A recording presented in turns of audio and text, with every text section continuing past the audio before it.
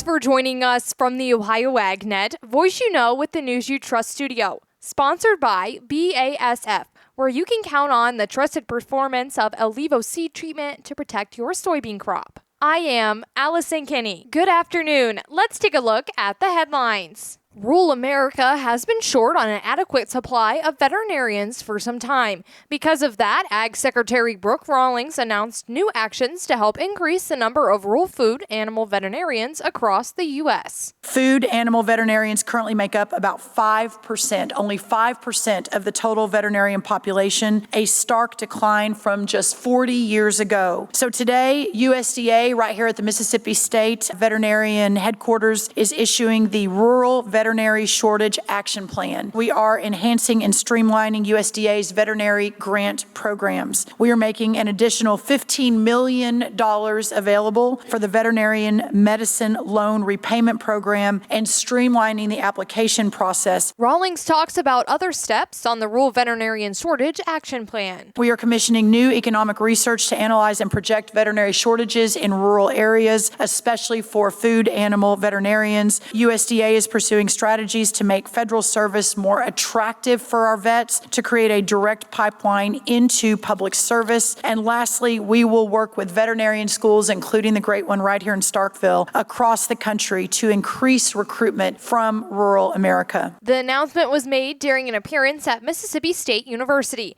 Senator Sydney Hyde Smith said she's seen the challenge of veterinary shortages. I know firsthand the hardships that farmers face when it comes to veterinarian care. The announcement made today, it's going to have significant impact. Rawlings was joined by Mississippi Governor Tate Reeves, Mississippi State University President Mark Keenum, and Mississippi Farm Bureau President Mike McCormick. Also in the headlines, a federal court has recently decided that elements of the 2023 Adverse Effect Wage Rate Rule should be eliminated. John Walt Boatwright, Director of Government Affairs at the American Farm Bureau Federation, says the decision is a step in the right direction towards comprehensive labor reform. Well, a district court out of Louisiana has recently vacated the 2023 H-2A disaggregation rule, which segregated wage rates based on job functions within the H-2A seasonal agriculture program.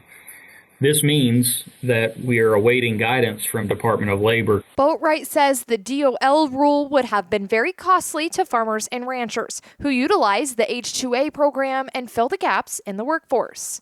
It was estimated that the cost of this rule on family farms was going to increase substantially, and our economist estimated that the small family farm was going to see 2 to 3 times the increases that a larger farm would feel. So this is a big win for agriculture and definitely for the small family farm. He adds there are still significant holes to fix when it comes to assessing farm labor. Well, like I said, this is a positive step forward, but it is not all that needs to be done. We still are seeking fundamental reforms to the adverse effect wage rate, which will still be in effect.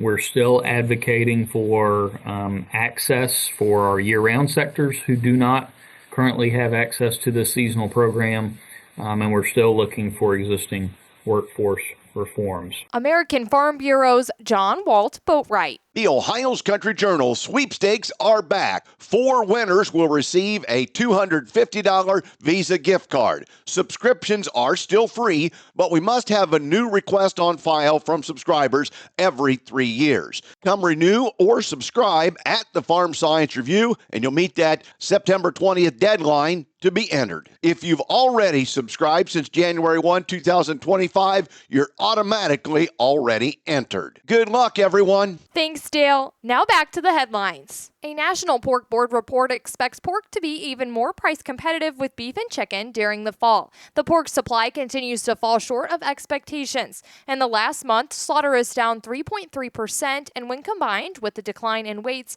production has been down 4%. With Labor Day weekend, there will be some volatility in terms of pricing and supply.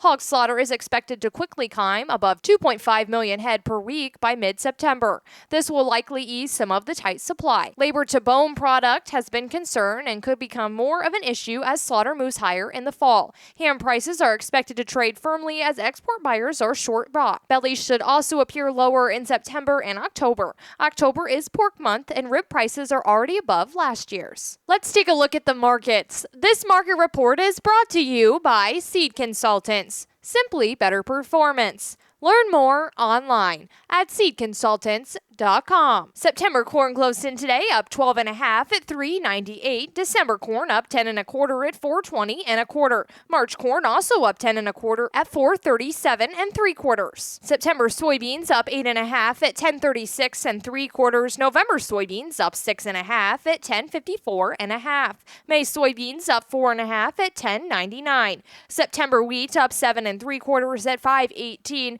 December wheat up 5.25 at $5.34 March wheat up 6 even at $5.52, and August live cattle up $4.90 at $241.90. Thanks for joining us. This is the Ohio AgNet.